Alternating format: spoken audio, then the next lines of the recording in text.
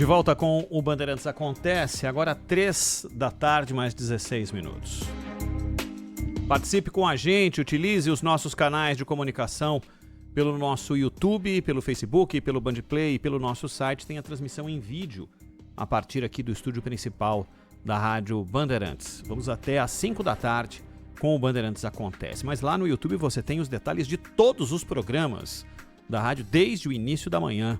Estão lá não só as íntegras dos programas, como fragmentos com entrevistas, com os momentos mais importantes e as notícias que interessam para você. Vamos a Brasília, o Rafael Procópio conosco. A oposição alcançou um número, diz que alcançou um número mínimo de assinaturas para poder fazer a CPI do INSS. Vamos com o Rafael Procópio, que tem esse e outros assuntos sobre esse tema aí. Fala, Procópio. Boa tarde, Ronald. Boa tarde, Zaidan. Boa quarta-feira para vocês e para todos que estão com a gente. Novas informações da investigação feita pela Polícia Federal apontam que o chamado careca do INSS recebeu 53 milhões de reais de entidades associativas envolvidas nos descontos ilegais em aposentadorias e pensões. Os pagamentos ocorreram por meio de empresas mantidas por Antônio Carlos Camilo Antunes, apontado como o epicentro da corrupção ativa neste esquema. O lobista ainda teria repassado 9 milhões e 300 mil reais a servidores e empresas ligadas à cúpula do INSS, incluindo o ex-procurador do Instituto, Virgílio Antônio Ribeiro Filho, e os ex-diretores André Félix Fidelix e Alexandre Guimarães. De acordo com a Polícia Federal, Antônio Carlos Camilo Antunes, o careca do INSS, representava a AMBEC nas fraudes, a Associação de Aposentados Mutualistas para Benefícios Coletivos. Além disso, a oposição também tenta emplacar uma comissão parlamentar de inquérito para investigar as denúncias envolvendo o INSS. Essa iniciativa está vindo do deputado da oposição do PL de Rondônia, Coronel Crisóstomo, e segundo a própria assessoria do parlamentar já conseguiu a quantidade mínima de assinaturas para iniciar essa comissão parlamentar de inquérito. Os partidos de oposição estão aí justamente nessa tentativa de emplacar mais uma CPI, principalmente para minar aí a imagem do governo federal. Em outro ponto, o ministro da Previdência Social, Carlos Lupe, que foi sabatinado ontem na Câmara dos Deputados, admitiu ter demorado para agir ao saber das fraudes bilionárias no INSS, mas voltou a negar omissão no caso. Nesse depoimento, Carlos Lupe disse estar consternado com o envolvimento de funcionários do INSS no esquema fraudulento. Em outro momento, ele também reforçou que os envolvidos serão identificados e punidos. Ele defendeu o trabalho do presidente Lula e disse que os problemas na Previdência não vêm de hoje. As informações, inclusive, assim que saiu essa operação da Polícia Federal, informavam que esse esquema acontecia pelo menos desde o ano de 2019. Durante essa sessão no Congresso que a gente está falando, o Lupe foi cobrado pela oposição e até mesmo por parlamentares de partidos governistas para que peça a demissão do cargo.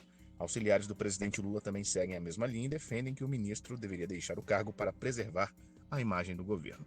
Por outro lado, o PDT, partido de Lupe, alerta que pode deixar de fazer parte da base aliada no Congresso em caso de desligamento do chefe da pasta. Mais uma polêmica envolvendo o governo federal, talvez nesse momento a maior neste ano de 2025. A gente segue de olho daqui de Brasília. Das 11 instituições que recebiam, 7 em 2019, quando começou essa história, não recebiam nem um tostão e passaram a receber. A oposição fala em 185 assinaturas para dar início a essa CPI, que parece que é o próximo passo do ponto de vista parlamentar, legislativo, para lidar com essa crise, além da questão institucional e da questão prática, que é criar condições de devolver esse dinheiro para quem teve o valor tungado do benefício, Zaidan. Exato. O fato é que é um tema que merece investigações. A Gleisi Hoffmann disse há pouco que o Congresso, ou especificamente a Câmara, ou especificamente o Senado, ou uma comissão parlamentar mista, não conseguiria fazer uma investigação melhor do que a Polícia Federal. Mas não é esse o caso. Definitivamente não é esse o caso.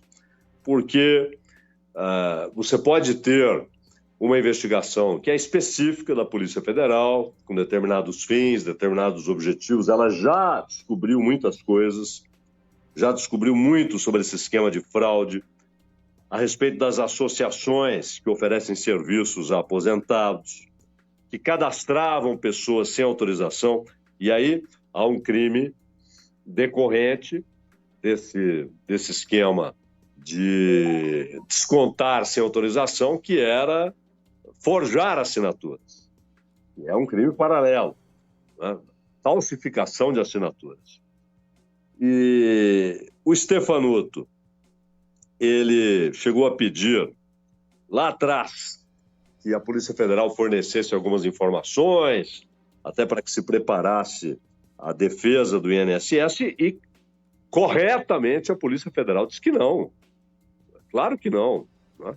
Ele tinha de fazer a investigação dentro do INSS e acabar com o esquema, e não procurar saber o que a polícia já tinha, quais os dados que a polícia tinha, porque a polícia percebeu que havia uma pouca vontade ou nenhuma vontade de investigação dentro do INSS. Então, há laranjas, né? Gente que foi colocada como sócia sem nem saber. Surgiram em 2022 várias associações, em 2022, e havia intermediários, né?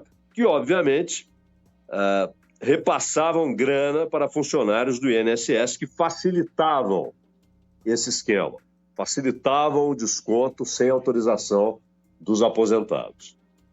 E, independentemente até de quanto cada uma delas arrecadou e qual foi o salto que ocorreu no ganho dessas entidades, vale notar que a polícia já descobriu, com esse citado pelo Procópio, o careca do INSS, o Antônio Carlos Camilo Antunes, já descobriu que, de certa maneira, havia um esquema de repasses. É preciso provar isso, é claro, porque ele alega inocência, diz que sua inocência será provada, tomara que sim. Mas, nesse momento, o que a Polícia Federal diz é que, nessa intermediação, já havia parte separada para regar ali aquele jardim de colaboradores dentro do INSS. Senão, não seria possível. Sem colaboração interna, não seria viável esse tipo de esquema. Independentemente de haver convênio ou não haver convênio. O desconto sem autorização, que é o que a lei determina, inclusive a lei que permite esse tipo de convênio.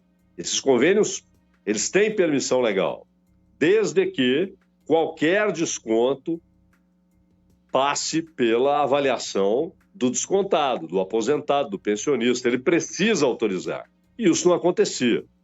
Então, ou seja, caracteriza roubo, né? Se você pega dinheiro de alguém sem autorização, isso é roubo.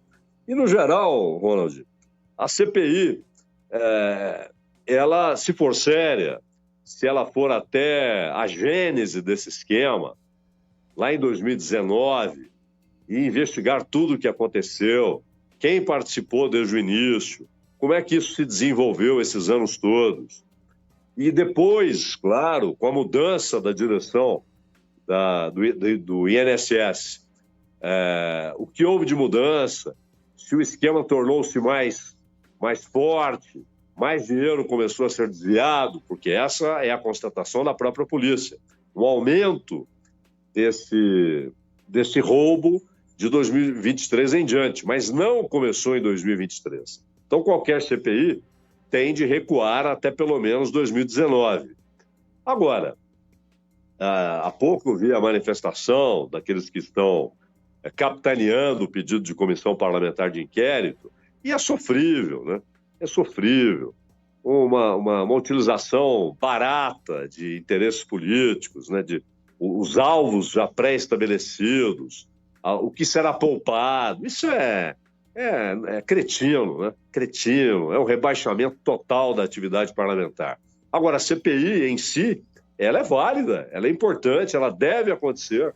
É preciso investigar, não só dentro do trabalho da Polícia Federal, mas também a CGU e o próprio parlamento. Quanto mais gente investigando, melhor, porque nós não sabemos ainda a extensão desse esquema. Não sabemos ainda onde está, inclusive, o nível de conhecimento dentro do governo federal. Quem, de fato, autorizou, quem participou, e não só na gestão Lula, mas também na gestão Bolsonaro. quem autorizou, quem impediu investigações ou foi negligente com investigações. Tudo isso merece investigação, inclusive do parlamento, né, Ronaldo? Inclusive do parlamento, e quando você diz que tem que investigar, é tudo, né?